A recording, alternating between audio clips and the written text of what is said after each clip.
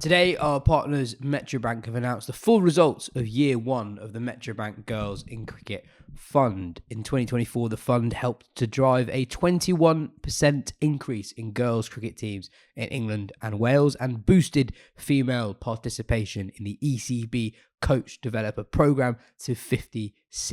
To find out more, head to metrobankonline.co.uk/cricket and stay tuned for more transformational activity in 2025. Hello and welcome to the Wisden Women's Cricket Weekly podcast. It's gone from bad to worse for England over the past week as the T20I series finished with Australia's most dominant win of the tour yet. I'm Yas Rana, and in part one you'll hear from Lauren Winfield-Hill, and in part two, you'll hear from Gardner and Katya Witney about a potential New England captain, a dramatic few days of the U19 World Cup in Malaysia, and Bangladesh just missing out on automatic World Cup qualification.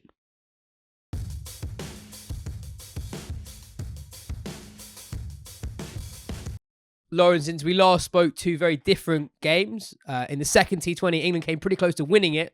At one point, were ahead in the contest when the rain came down, but in the end, fell 6 runs short. And then on Saturday morning, it was a very, very different story where Australia were absolutely miles in front. And it was probably the first time on the tour you could probably say with a degree of certainty that the wheels were falling off for England. How did you see that third game in particular? Because that was a different type of defeat to what we'd seen previously on the trip. Yeah, it was a pretty tough watch, to be honest, as an England fan more than anything. It was just, yeah, it was pretty disastrous, really, and I think it was the first time that it felt like you say, the wheels had come off and it was a proper drumming, really. The other games, there's been sort of glimmers of hope. I felt like, even in some of the ODIs, there's been glimmers and patches of, okay, there's not much between these two teams. Whereas the last game was, particularly in that batting innings was just nowhere near where England would want to be and need to be. What do you think happened there with England? Because as you say, it's a long way off where they want and need to be. There's good bowling from the Aussies. Georgia Warren bowled well. Beautiful ball from Annabelle Sutherland to get rid of Nat Sciver-Brunt, but it felt like England crumbled so quickly. Yeah, it was just like they just rolled over, really, essentially. And I think it's about batting smarts and about having method and knowing what gears you've got to go into at what stages. I think sometimes I feel like buzzwords get thrown around a lot, aggressive brand and take the game on and positive intent. But for me, this England team, it's about what the layers look like underneath that. It's all right having these like buzzwords, but what do they look like? And what do they look like in different scenarios? So, like, being brave and courageous and aggressive in that chase might have been that you sat in for 8 balls and just were like, nah, you're not getting through me, Georgia Wareham. You're not getting through me, Annabelle Sutherland. I'm going to drop and run and get it in front of cover, and I'm just going to play a big, authoritative. I might walk down the wicket, but I might just go, nah, no run. And that might be brave in that moment because that's what the team needs. I think besides, I sort of felt a bit sorry for Heather, really, because she's played beautifully in the last 2 T20s with very little reward. And you almost feel for her a little bit. I thought she was the only one that came out and had method, I think. And there's probably reasons for that. Like we've obviously spoken here already on the podcast about and this is based on my personal experiences. Like, I almost feel like I'm a better player the last 2 or 3 years than I was the 2 or 3 years before that, when I was doing a lot in and out of the team a lot, doing drinks a lot. And the reason I say that is because I play cricket. And it sounds really trivial, but it's like I play games. So every time I play, I'm on a different surface. I've got different bowlers. I'm having to find solutions. You become a problem solver and trying to find method. And a lot of the players, I feel like, with this missing piece about not playing domestic cricket, I'm a really big believer in, like, that is part of the problem. They need to play more games that are out of the spotlight for a start. Like trying to learn on on the job in international cricket, essentially. Like you look at somebody like, I don't know, let's use like a Freya Kemp or a Maya Boucher or an Alice Capsey. I could probably list on one hand, I know Kempy's is different for injury reasons, how many games of domestic cricket they've played this year, in the past 2 years, sorry. And it won't be an awful lot. So it's like actually out of the spotlight, where are you learning your trade of how to score runs? And it's not about ball striking. It's not about, technique. It's about learning how to score runs and to problem solve and to find method. Like it's for me, it's the finding the layers below the buzzwords. A lot of people are trying to work out what is going wrong with England at the moment, and one of the common threads is people are saying that England are a little bit confused with the bat. So just to press you on that a little bit, do you think it just comes down to a lack of match practice? Basically, there's a lot of talent there, but a lot of these players aren't actually playing a lot of cricket outside of international series, and that comes across compared to the Aussies. I think more Australians obviously play in the franchise stuff. I think when they don't, they play domestic cricket. We don't. It's not purely that. I think it's also the ability to handle pressure. And there's no bigger pressure cooker than an Ashes series, and it's not easy at all. I've been there. It's not easy, and it just keeps coming. It's relentless, particularly in Australia. You feel like if you're not playing well, it's like you're down on the canvas and you're just taking blow after blow. So there's probably a little bit of handling pressure and the mental side of it. But I do think it's a lot of it is like some of the dismissals or some of the ways in which the games have unfolded, that is not skill based. Like people can play the right shot to that delivery, but they're not. Yeah, is it a mental thing where, your processes under pressure, your ability to trust your instincts under pressure rather than premeditate and chase a particular option? Like, okay, I'm going over, like, it's a good option to go over mid off to Megan shoot, but then actually going to just trust your process and know it. That's a thought in the back of your mind, but you can park it and just play rather than it's like, oh, I have to do that. Like, I'm gonna go through with that. And like I say, it's probably a little bit of the tempos of the game. Like even in T20 cricket, like there's still a tempo. Like you can't just go hell for leather the whole time. Like you got to pick your matchups. You got to pick who's the threat. Like if we've lost 3 or 4 wickets, like you can't then still. I know it feels like it's like trendy and it gets thrown around a lot of the minute with like Baz ball and keep going, just go in and keep going. But reality is like that what that looks like might take 3 or 4 balls, and then you go bang bang, and all of a sudden you're sort of, you're 12 off 8, but you might have been 4 off 6. So it's those sort of things where it's learning how to actually play the game, and I sort of think like cricket doesn't really, unless it's set up for you and you're playing or you're making your training really specific with like scenario based work, cricket doesn't really lend itself to putting yourself in those situations. Like even just having a hit, if you go into an indoor school, like people just hit, like they're not setting a field, then you're not, right, fine, legs up, okay, right, I might try and ramp. Do I need to ramp first ball, or do I go and just have a look at one? Okay, yes, you're bowling a hard length, so I ramp. Like cricket generally sets itself up to just hit, and it sort of looks like that's how England are playing at the minute. Mm. How do you fix that though? Because I completely hear what you're saying about playing more domestic games, but there are only so many domestic games the England players can play year on year. I think it's really hard to do on the job as well. Like pressure training, scenario based training, like is not what you want to be doing when you're on a tour. Absolutely not. Like And especially on one like this where there's very little time between games. exactly, like that's why, and that's why I feel for like it's unraveled, and it's unraveled pretty quick, hasn't it? And there's not been a lot of time to resurrect anything because of, like we spoke about, the condensed nature of the schedule. Like that is really tough to try and put some band-aids on between games. Like it's not possible, especially when you think that there'll be some pretty tough battle scars, like you actually just want to get away from the game. So it's difficult to do now. But I think it's one of those things where you've almost got like blocks of training and like windows of opportunity to do that. Like the way I sort of see it is like you've got like I guess you've got like three types of training. Like you've got like your skill base, which is like you're practicing your power hitting or your sweeps, and it's very isolated. And then you've almost got like your explore bit where you're just trying to push your game forward. But then it's like the compete bit. So that's like more like your scenario based work. And I think putting people under pressure, whether it's you're out, setting fields, opening nets up, have a couple of lanes open so you can see more of the space that you're hitting. And I don't know that any of this has not been done. Like they may well have been doing this for the last 3 months. I don't know. So if they have, then you got to go back to the drawing board. But it's that sort of training where you're actually thinking about what are they trying to do to get me out? What am I trying to do to come out on top?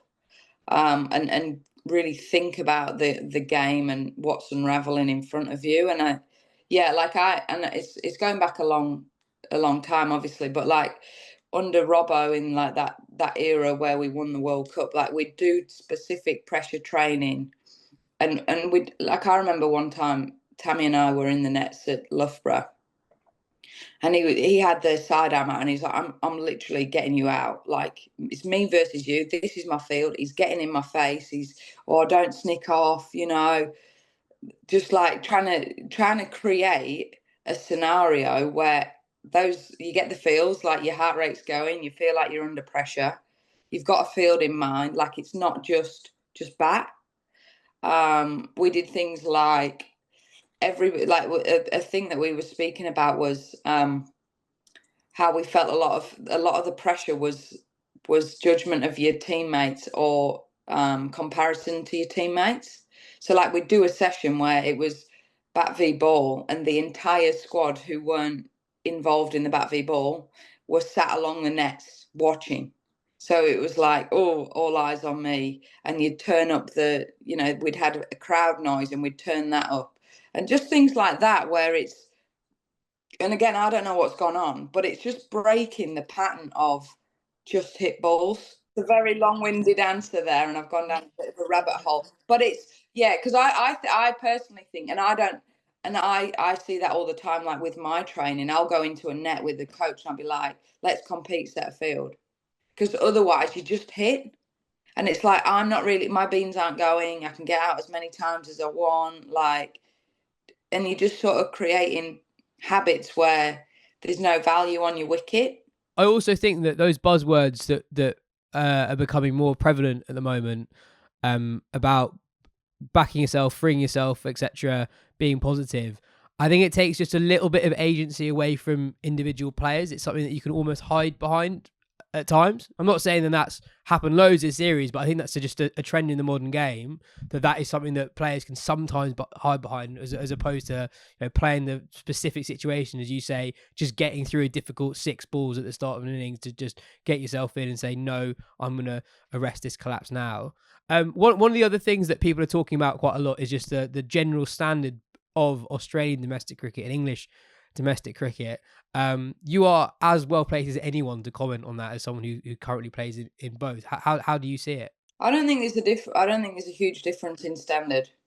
I think like anything, obviously, when international players play, the standards increased. When they're not playing, the standards decreased. That's the same in both countries. But I don't think there's a significant difference now in the both domestic games, and I'd span that even to Big Bash and the 100. Like you look at, I think Lottie made a really good point. Is I don't think the difference between these two teams is skill based at all. If you look at the 100, a lot of Aussies come over to, that's our essentially domestic. I know you said T20, but it's not T20. 100 ball. Aussies find it difficult. There's some Aussies come over and don't have the best of time. It is tough. Like it is a good competition. Same in Big Bash. Like the way I see both. You look at some of the overseas that have come over. some players domestically who do really well. Courtney Webb from South Australia came over to Warwickshire, did okay, but didn't light the world up. Erin Burns, same thing.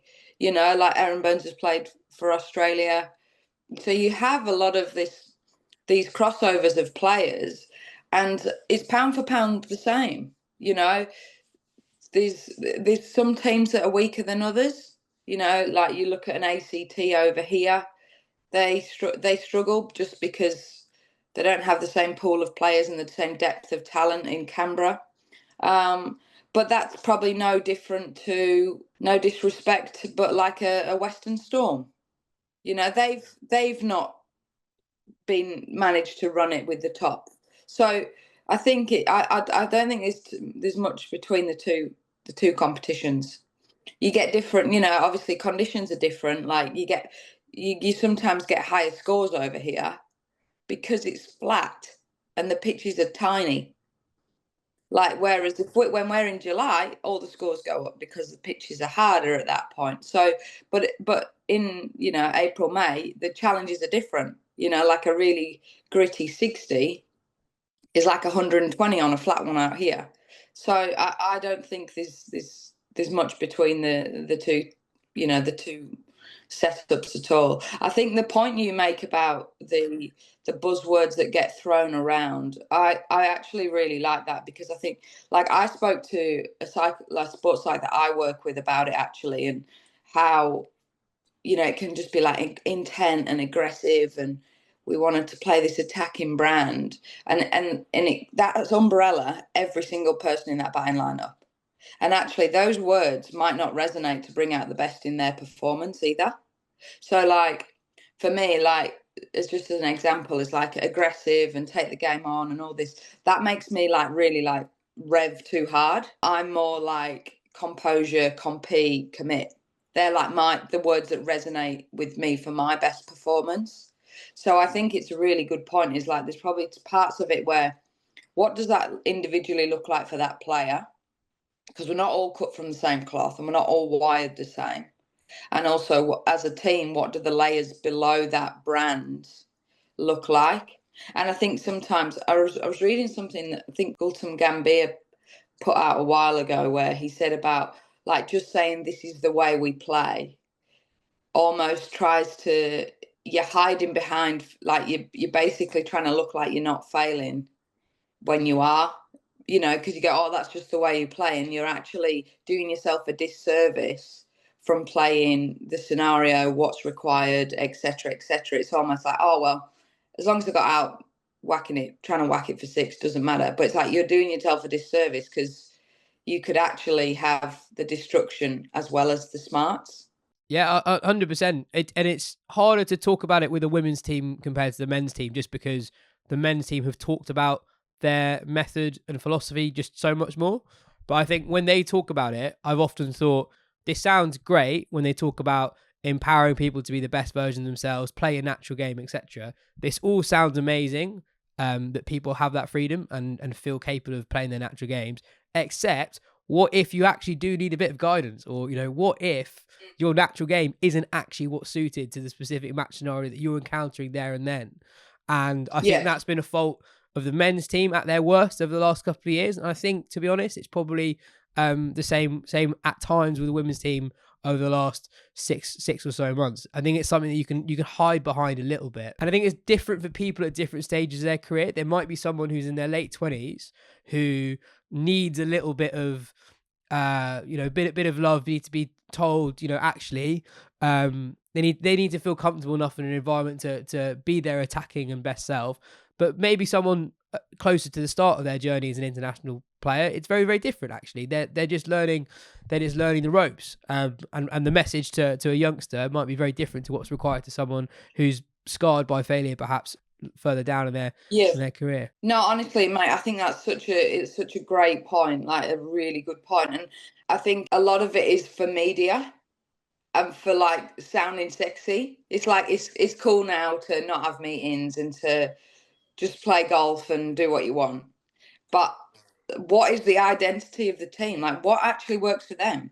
If working really hard for them and being really aware of their threats of a matchup, or Like actually the aggressive freedom buzzword works really well for a 20-year-old. It's the sexy slogan that everybody wants to see in the media, but is it actually true to the identity of that team with the people in it?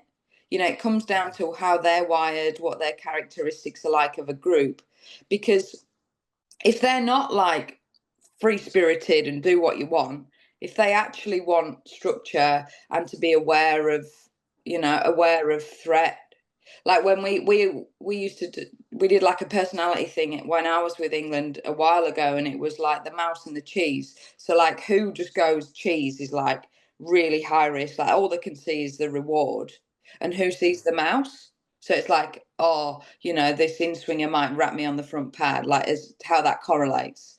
But it's like the people who are really threat based need to have a bit more cheese, like dangle the carrot of what they could achieve, and vice versa. But not everyone is the same.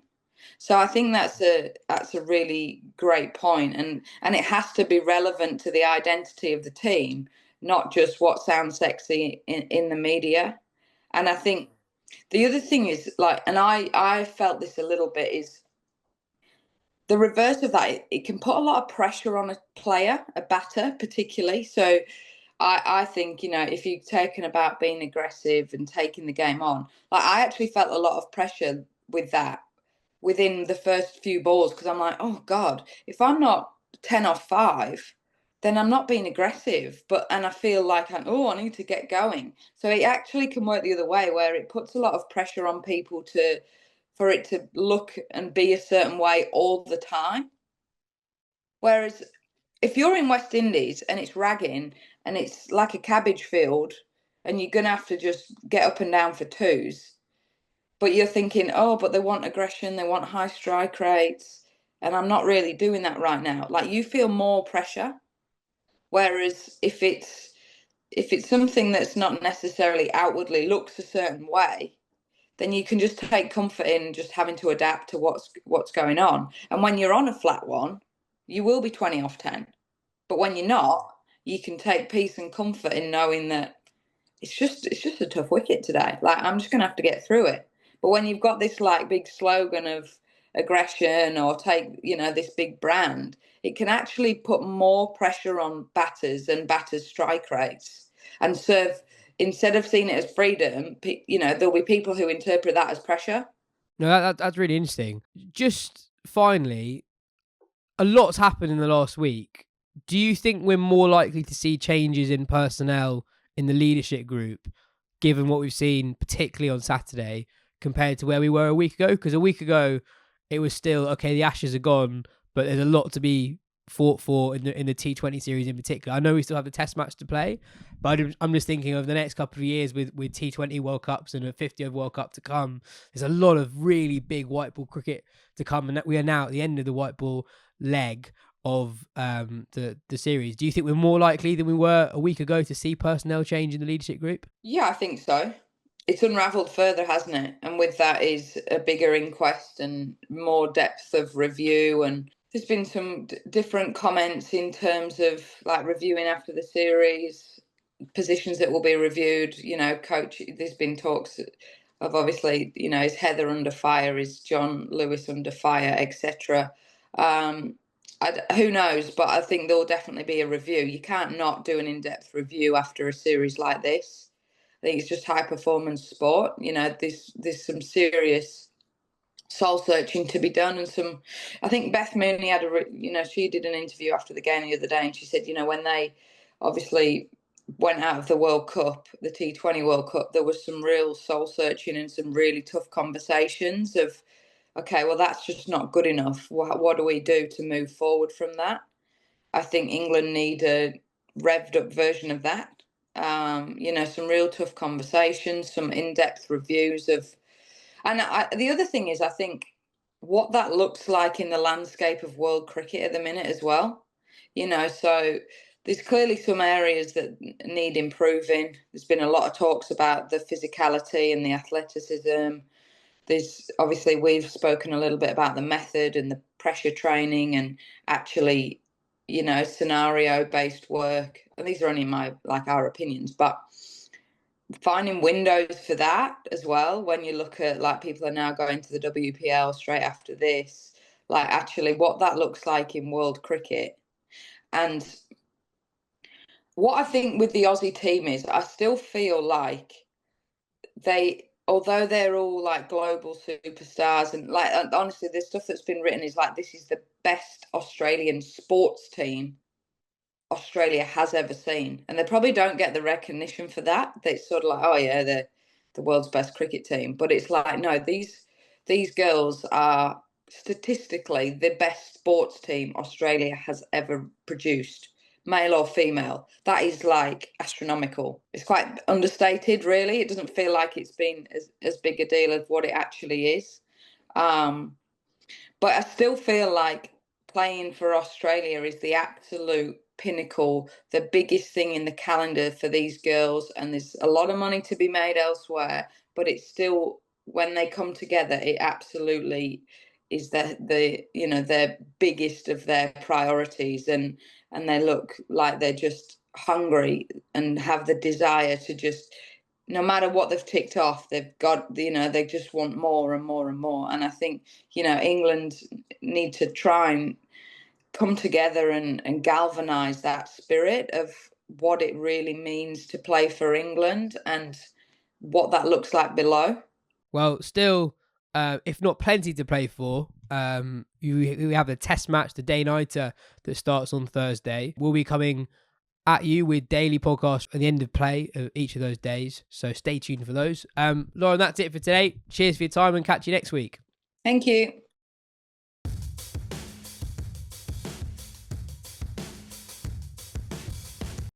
Katya, that last game was pretty much as bad as it gets. Did you agree with Charlotte Edwards' assessment the other day that England have got their tempo all wrong with the bat this series?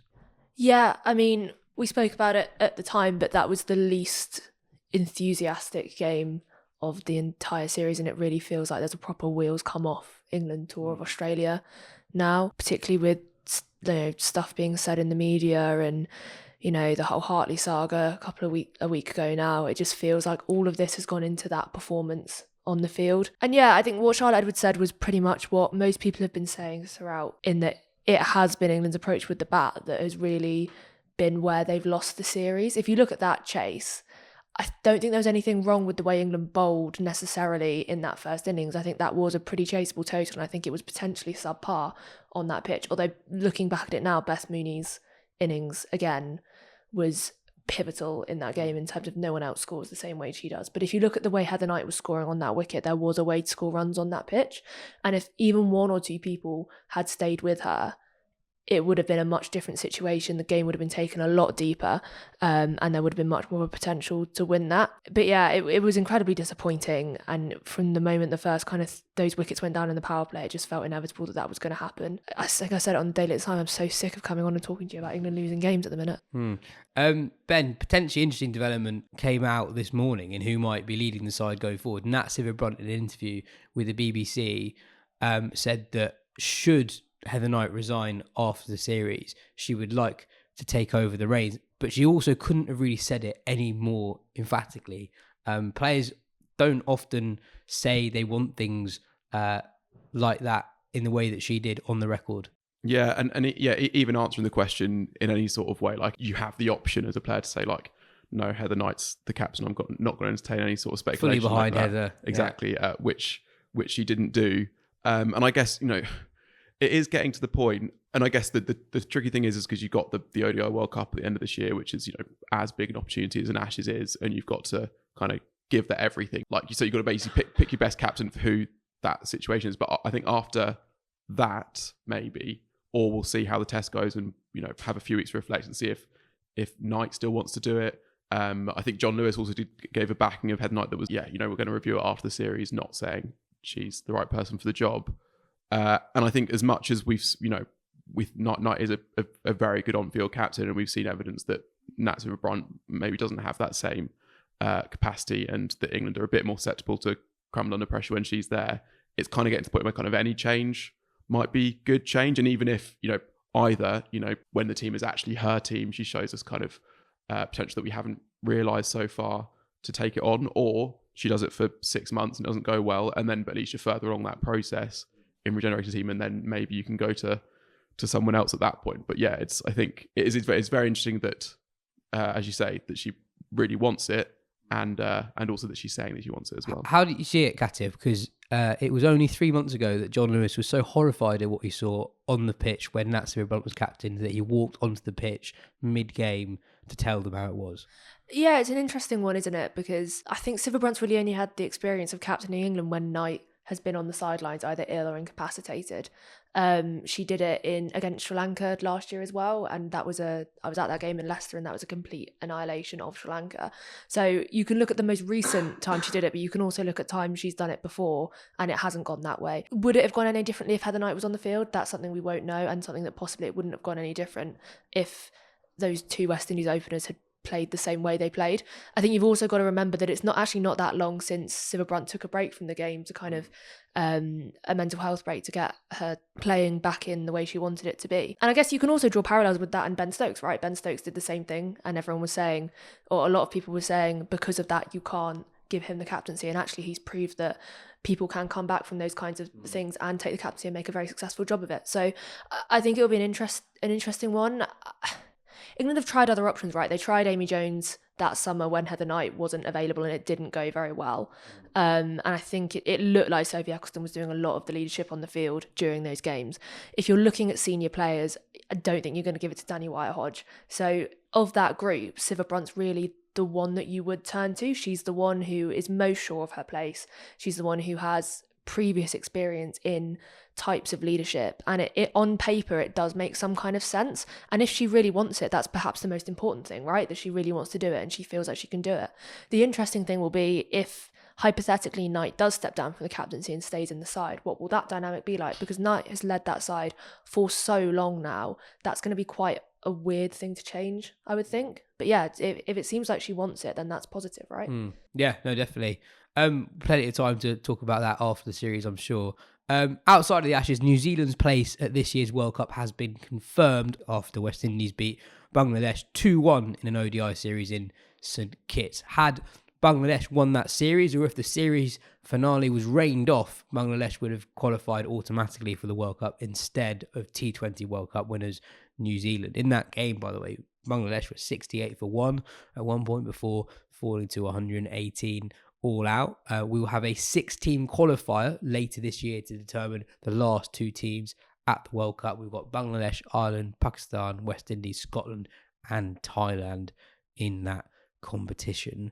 The Under-19 World Cup has been racing along in the background over the last couple of weeks. South Africa, England, Australia and India are the 4 semi-finalists in the World Cup. In Malaysia, the semi-finals take place on Friday, with the final taking place on Sunday. Ben, it's been quite a fun tournament, hasn't it? With the standout result surely being Nigeria beating New Zealand in the groups. Yeah, the standout result and the standout game as well. Actually, it's been fun. It's been quite weird. Loads of rain. Loads of rain. So that's had a real factor. Also, the scores have been really low. So against India, who have topped their Super 6 group, no one's yet made 65. I think there's only been 2 games where each side has made it to 100. So yeah, really low scoring. I think the weather has probably had a part to play in that as well. But yeah, that Nigeria New Zealand result was great, and as you say, it was a real thriller going down to the last ball. The Nigeria captain Lucky Piety, I think is the name, closing out the game in that final over, having made a slow 20-odd with the bat that gets them up to a total that was in the end defendable. And that does show the value of these tournaments and how deep the talent can go, that even when you have like a tournament where it's raining a lot, teams are not getting on the park loads, you still get these kind of storylines emerge. Also, the other thing about the tournament that reminded how weird the format is, the Super 6 stage where teams don't play the other team in the same position as them in the groups that go through, which just still baffles me. Like, I think if you're someone who wants England's players, young players, to get a really good experience, surely you want them to have another game against exactly the team that which hasn't happened. They haven't played that. It is quite an odd tournament to work out where teams are at, just because of how much rain there's been. So you're looking at Nigeria. They qualify for the Super Sixes, and you're wondering how they'll go. Well, they've not played yet because their game against England was rained off.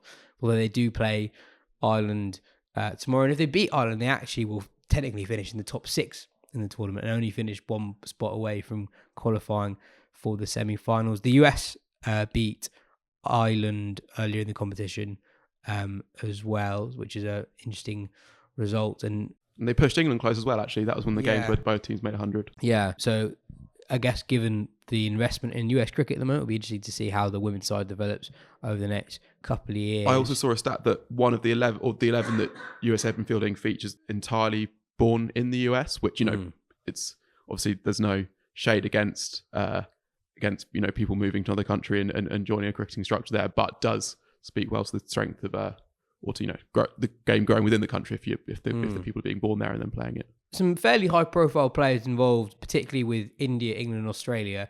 Katya, who's been doing the business for England? England play India in the first semi-final. Well, 2 players really stuck out for me for England, or have stuck out so far. One of them is Davina Perrin, who in that USA game, you say USA pushed England close, which they did kind of, but it was because of Perrin that it almost looks like a walkover. Mm-hmm. But what was interesting about that was, as you say, it was one of the rare matches where the side batting second was forced to chase over 100, and I think it's potentially the only time in the World Cup where they've been successful at the minute. And Perrin was just outstanding in that innings. She scored 74 off, I think it was about 40 something balls. I haven't got the scorecard up in front of me, and my laptop is not allowing me to look at it. But she got out at in the last over of the chase, having whacked I think 3 or 4 boundaries in that over. And yeah, it's hard with Perrin because it's weird to think that she is still only 18, because it feels like we've been mentioning her name for so long. But it feels like over the next few years, she's a player who could very well be playing for England in the next 1 to 2 years, and have a very rapid ascension there. And this feels like the next kind of step in that. She's also the second leading run scorer in the competition so far. She's only been knocked off that top spot because I think today Trisha from India scored a century. And Tilly Courtine-Coleman is the other one. And Tilly Courtine-Coleman, my brain played tricks on me this morning because I thought she'd been around for the last 2 years. But she has been around for the last 2 years. Perhaps. But her kind of, the rapidity of which she's kind of ascended to pretty much the top of English domestic player rankings is pretty amazing. She's still only 17. She made her 100 debut last year, having not had a domestic contract at the beginning of the year. She was on a pay-as-you-play basis and then ended up playing pretty much all of the Charlotte Edwards Cup. And she was drafted into Southern Brave for the 100, took a wicket in her first over with Meg Lanning, caught and bowled, and has kind of gone on from there, really. And from there, she's been selected for under-19 World Cup squads. And then it was against New Zealand in England's last group stage game. She took 4 wickets in 7 balls. In the last 2 overs of the New Zealand innings. And that was coming on from, there was a time last summer where she took 4 wickets in 4 balls against Northern Diamonds, I think. So she has these kind of bursts of wickets, and she's been really impressive. And if you think about the pipeline of England's bowlers and the way the pecking order is kind of constantly changing, she's an interesting kind of one to watch over the next couple of years. Yeah, I guess her only issue is she's a left-arm spinner, and that's the one area England are doing okay in. But then from the other point of view, you have Perrin, who's obviously, who's a batter, which is an area where England are not doing okay. But I think she could be an example of, like, if you think back a few years' time, you would have had sort of like the incumbent exciting players were getting replaced by the new crop of exciting players coming up, and then because the player pool is widening, because that domestic structure is kind of improving, then you get that the next crop of young players, you think like, oh, their ceiling's even higher than those players, and then maybe it will be that soon in a couple of years, Perrin is just in the best 15 cricketers England have, so is getting in squads.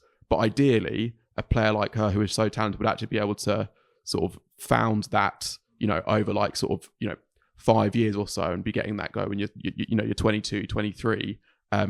And that's not where England are at the moment. Like, so you kind of hope it goes well for her, and it still might. She is very talented. She's got good head and shoulders. We've seen her, bat in the nets a gear test with us, and that's not the best evidence that she's a good player, but she looked very good Well, there. I was convinced. Yeah. I was convinced. We also don't have to look at this in terms of England selection. Like the whole point of this domestic structure rebrand and the work that's gone into domestic structure over the last few years is that players can now have very good, successful and financially rewarding careers outside of England. And Courtney Coleman, even if her place in the side is blocked throughout most of her career by Sophie Eccleston or whoever else it might be, Tilly Courtney Coleman could be someone who completely, dominates the domestic scene over the next few years, picks up a couple of franchise gigs, and that's a very good career. Yeah, absolutely. I mean, those are the two that not just in this World Cup, but just have played a lot of domestic cricket and done quite well in it. Like Perrin has done very well domestically, and she, interestingly, and you've seen it already this World Cup, it's her scoring rate as much as anything else. It's not just the volume of runs she scores. She scores at a rate that even among all domestic batters does stand out. Yeah, so it'll be interesting to see how that tournament pans out. As I said, semi-finals both on Friday, final on Sunday. Interesting to see how Australia do, because Australia probably have, of all the teams remaining, have the most players in their team who have done a fair bit in professional cricket already. If you look at their top four, Innes McKeown, Lucy Hamilton and Kiva Bray have all done pretty well in the BBL this year. There are a couple of other players as well who are BBL regulars. Chloe Ainsworth lower down the order as well. So as always with these things, you'd probably say Australia are favourites, but you never know. You never know.